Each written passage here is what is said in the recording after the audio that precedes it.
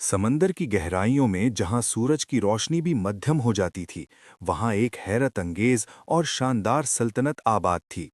ये सल्तनत एक अजीमुशान सीप के महल में कायम थी, जिसकी दीवारें चमकते हुए मोतियों और नीलगू मरजानों से सजी हुई थीं। इस महल में एक निहायत खूबसूरत और बावकार जलपरी शहजादी रहती थी, जिसका नाम मलिका था। उसके लंबे सुनहरी बाल समंदर की लहरों की तरह लहराते थे और उसकी आंखें गहरे नीले समंदर जैसी थीं।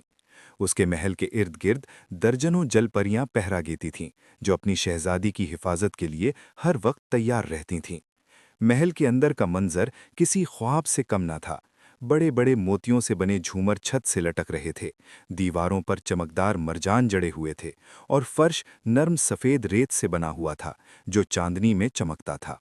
शहजादी मलिका का शौहर समंदर का बहादुर शहजादा आरिफ उसके साथ इसी महल में रहता था। दोनों एक दूसरे से बेहद मोहब्बत करते थे और उनकी मोहब्बत की कहानियां समंदर की हर मखलूक की जबान पर थीं। लेकिन समंदर की गहराइयों में हमेशा सुकून नहीं रहता। एक दिन दूर समंदर की तारीक गहराइयों से दुश्मन जलपरियों और खौफनाक समंदरी मखलूकात की एक फौज ने हमला कर दिया। वो इस शानदार सीप के महल पर कब्जा करना चाहते थे, क्योंकि उस महल के नीचे एक कीमती नीला मोती छुपा हुआ था, जिसके बारे में कहा जाता था कि वो समंदर की ताकत का राज था। हमला अचानक हुआ। समंदर का पानी शोर से गूंज उठा। महल के इर्द गिर्द पहरा देने वाली जलपरियां फौरन जंग के लिए तैयार हो गईं। शहजादा आरिफ भी अपनी तलवार लेकर दुश्मनों के मुकाबले में आ गया। तलवारों की चमक, लहरों की गरज और जंग की आवाजें पूरे समंदर में फैल गईं। शहजादी मलिका उस वक्त महल के अंदर थी, क्योंकि वो एक नई जिंदगी को जन्म देने वाली थी। बाहर जंग शिद्दत इख्तियार करती जा रही थी। शहजादा आरिफ बहादुरी से लड़ रहा था, लेकिन दुश्मन बहुत ज्यादा थे। आखिरकार एक जहरीले नेज़े ने उसे जख्मी कर दिया। वो आखिरी लम्हों तक लड़ता रहा, मगर आखिरकार समंदर की लहरों में गिर गया।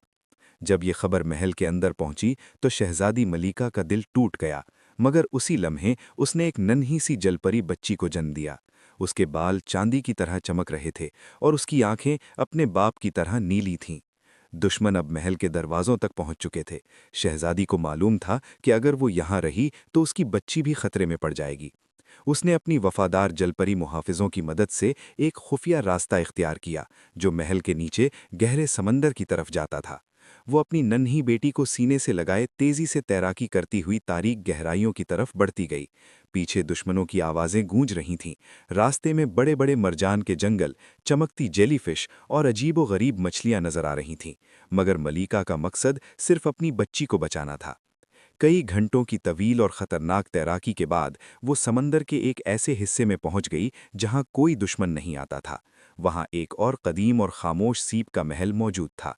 ये महल छोटा जरूर था, मगर बेहद खूबसूरत था।